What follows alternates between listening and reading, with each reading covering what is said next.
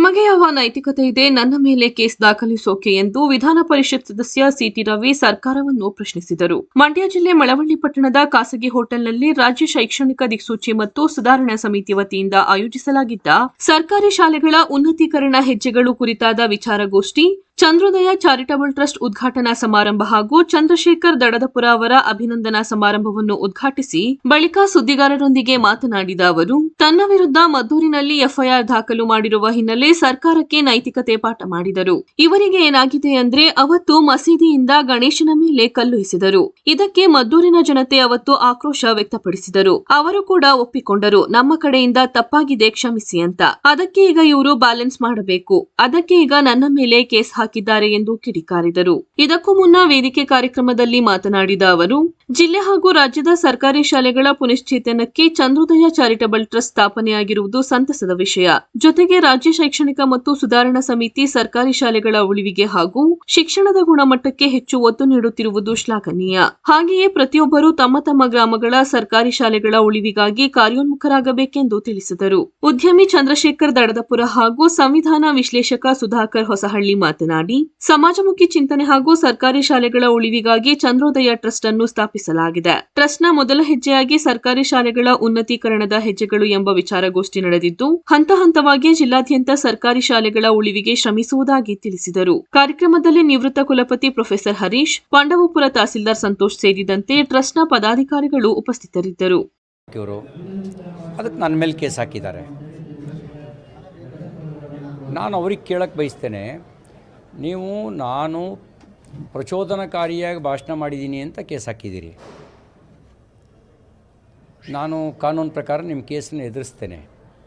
ನೀವು police station ಮೇಲೆ ಬೆಂಕಿ ಹಾಕಿದವ್ರನ್ನ, ದಲಿತ ಶಾಸಕನ ಮನೆ ಸುಟ್ಟವ್ರನ್ನ,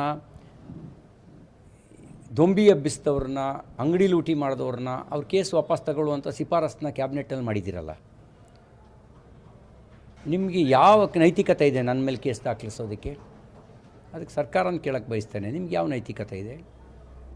ಒಂದು ಕಡೆ ದೊಂಬಿ ಮಾಡಿದವರು, ಪೊಲೀಸ್ ಠಾಣೆಗೆ ಬೆಂಕಿ ಹಾಕಿದವರು, ದಲಿತ ಶಾಸಕನ ಮನೆ ಸುಟ್ಟವ್ರನ್ನ ಕೇಸ್ ವಾಪಸ್ ತೆಗೆದುಕೊಳ್ತೀರಿ, ನನ್ನ ಮೇಲೆ ಕೇಸ್ ಹಾಕ್ತೀರಿ. ನಾನು ಮಾಡಿದ್ದು ನಿಮ್ಗೆ ಅಪರಾಧ ಅಂತ ಕಾಣೋದಾದರೆ ಪೊಲೀಸ್ ಸ್ಟೇಷನ್ನು ಬೆಂಕಿ ಹಾಕಿದವ್ರದ್ದು ಅಪರಾಧ ಅಲ್ವಾ? ಯಾಕೆ ವಾಪಸ್ ತಗೊಂಡ್ರಿ ಕೇಸನ್ನ?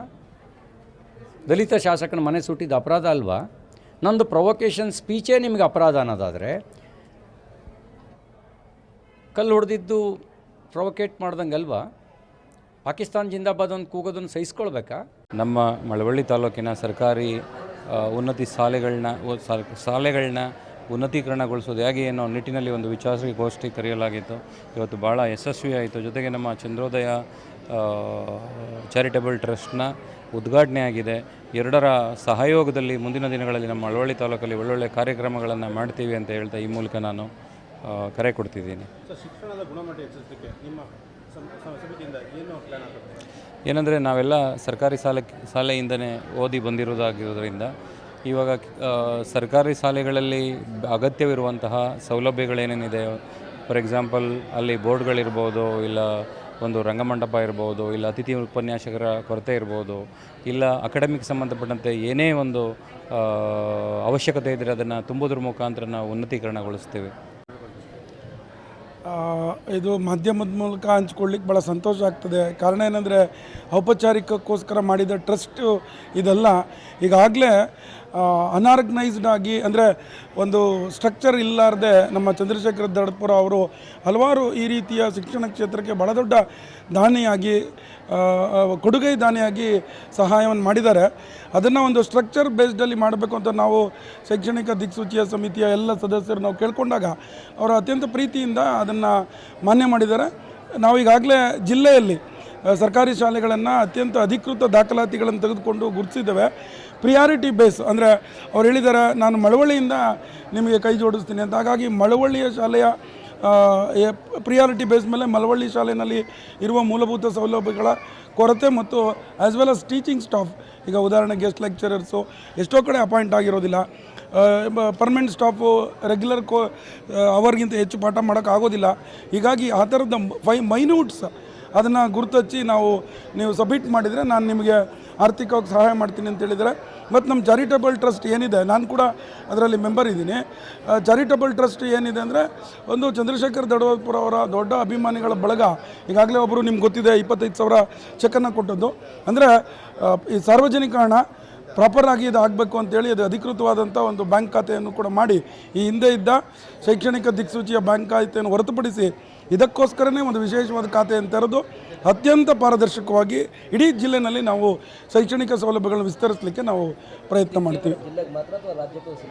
ರಾಜ್ಯ ಶೈಕ್ಷಣಿಕ ದಿಕ್ಸೂಚಿಯ ಒಂದು ವ್ಯಾಪ್ತಿ ಇಡೀ ರಾಜ್ಯ. ಸಹಜವಾಗಿ ತನ್ನ ತಾಯ್ತನ, ಪ್ರಾದೇಶಿಕ ನೆಲ ಈ ಥರದ್ದಿರುತ್ತೆ. ಹಾಗಾಗಿ ಏನಾದರೂ ತೀರಾ ಅನಿವಾರ್ಯ ಅಂದಾಗ ನಾವು ಜಿಲ್ಲೆ ಹೊರತುಪಡಿಸಿ ಯೋಚನೆ ಮಾಡ್ತೀವಿ.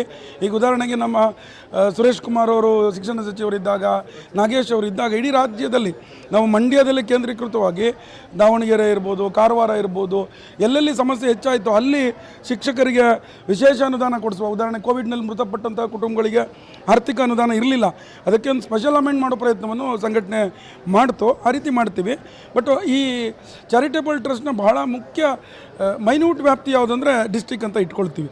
ವಿಶೇಷ ಪ್ರಕರಣಗಳಲ್ಲಿ ಮಾಡ್ತೀವಿ. ಈಗ ಏನು ಅಧಿಕೃತವಾಗಿ ನಾವು ಸರ್ಕಾರದ ವ್ಯವಸ್ಥೆ ಅಡಿನಲ್ಲೇ ತಗೊಂಡಿದ್ದೀವಿ. ಈಗ ಪ್ರಾರಂಭಕ್ಕೆ ಚಂದ್ರಶೇಖರ್ ದಡವಾಪುರ ಅವರ ಊರಿನ ಆಸುಪಾಸಿನ 3-4 ಶಾಲೆಗಳಿಗೆ ಈಗಾಗಲೇ ಅವರ ಸಹಾಯವನ್ನು ಗುರುತು ಮಾಡಿ ಕೊಡಿಸಿದ್ದೀವಿ. ಈಗ ಇನ್ನು ಈ ಅಕಾಡೆಮಿಕ್ ಇಯರ್ಲಿ ಇನ್ನೂ 5 ಶಾಲೆಗಳಿಗೆ, ಬಹಳ ಮುಖ್ಯವಾಗಿ ಇನ್ನು 5 ಶಾಲೆಗಳಿಗೆ ಈ ವರ್ಷ ಒಂದು ಬಹಳ ದೊಡ್ಡ, ಅಂದರೆ ನೀವೇನೋ ಎಂಟೈರ್ ವ್ಯವಸ್ಥೆಯನ್ನು ನಾವು ಬದಲಾವಣೆ ಮಾಡಿಬಿಡ್ತೀವಿ ಅನ್ನೋ ಒಂದು ಭ್ರಮೆ ಹುಟ್ಟಿಸ್ಕೊಳ್ಳಾರ್ದೆ ನೀವು ಎಷ್ಟು ಸಾಧ್ಯ ಅದಕ್ಕೆ ಇರುವ ಮೂಲಭೂತ ಸೌಲಭ್ಯಗಳ ಜೊತೆ ಅಕಾಡೆಮಿಕ್ ಎಕ್ಸಲೆನ್ಸಿಯನ್ನು ಒಂದು ಮುಂದೆ ಮಾಡಲಿಕ್ಕೆ ಏನು ಮಾಡಬೇಕೋ ಅದನ್ನು ಮಾಡ್ತೀವಿ ಅಂತ ನಾವು ಈಗ ಯೋಜನೆ ಗುರುತಿಸ್ಕೊಂಡಿದ್ದೀವಿ. ಧನ್ಯವಾದ.